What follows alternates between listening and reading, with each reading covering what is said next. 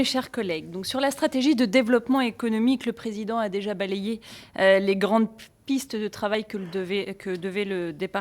doit approfondir le département dans les semaines à venir. Je souhaiterais juste évoquer quelques points et associer l'emploi au développement économique.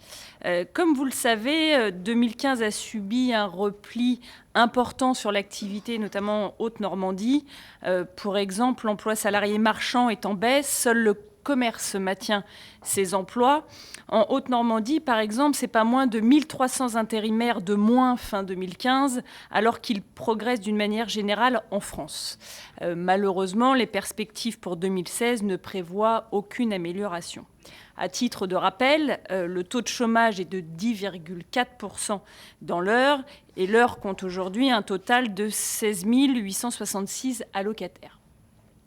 Face à ce constat, et parce que nous pensons que l'emploi est la solution à bien des maux de notre société, il nous paraît important que le département encourage l'emploi, bien sûr d'un point de vue social, mais également d'un point de vue économique, en accompagnant ceux qui le créent, c'est-à-dire les entreprises.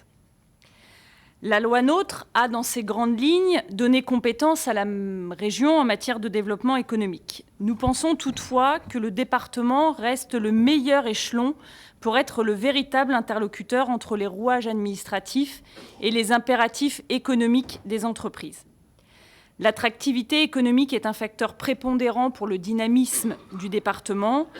Le département est constitué d'un tissu de PME porteurs d'emplois et de pépites qu'il convient d'accompagner dans leur développement et présente des atouts, notamment par sa situation près de Paris, son foncier en bordure d'axes autoroutiers et de Seine.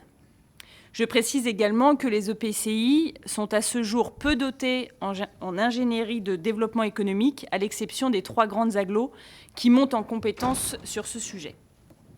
Eu égard à la maille de proximité du département et de ses compétences relatives à la solidarité des territoires, il est donc proposé de réaffirmer son rôle de collectivité stratège pour garantir l'attractivité du territoire en fédérant les EPCI et les communes autour d'une politique de développement d'attractivité économique convergente avec les ambitions régionales.